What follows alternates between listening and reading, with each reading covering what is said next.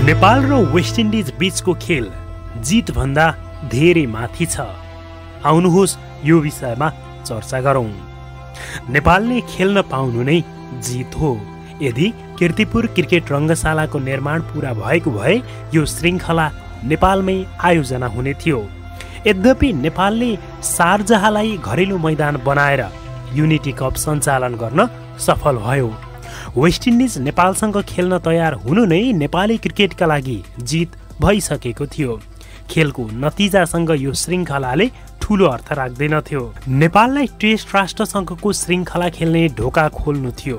2 पटकको T20 विश्वकप विजेता वेस्ट इन्डिजसँग श्रृङ्खला खेल्नुले अब भोलिका दिनमा नेपालले अन्य ठूला राष्ट्रसँग खेल्नका लागि प्रस्ताव गर्न सहज हुनेछ।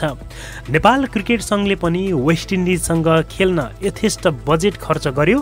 त्यसलाई सचिव पारस खड्काले आगामी दिनका लागि लगानी भनेका छन्।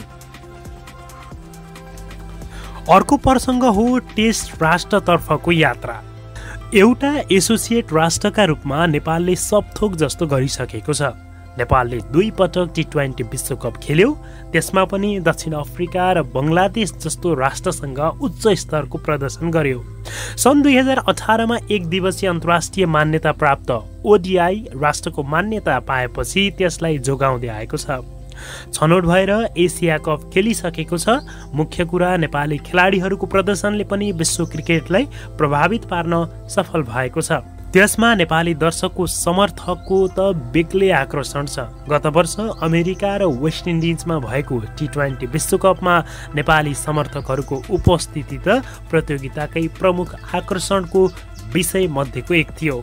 अन्तर्राष्ट्रिय क्रिकेट परिषद ICC ले नेपाललाई 2 वर्ष digital fan engagement of the year भनेर घोषित समेत गरिसकेको हो। बलियो क्रिकेट पूर्वाधार लगायत व्यवस्थापनका केही विषय मात्र बाँकी छन्।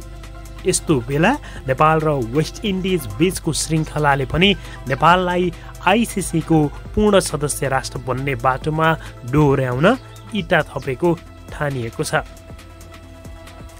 अर्को प्रसङ्ग हो विश्वकप अगाडिको हौसला। नेपाली टोली अक्टोबर 8 देखि 17 तारिकसम्म ओमानको अल अमेरत क्रिकेट मैदानमा T20 विश्वकपको एसिया पेसिफिक छनौट प्रतियोगिता खेल्दैछ।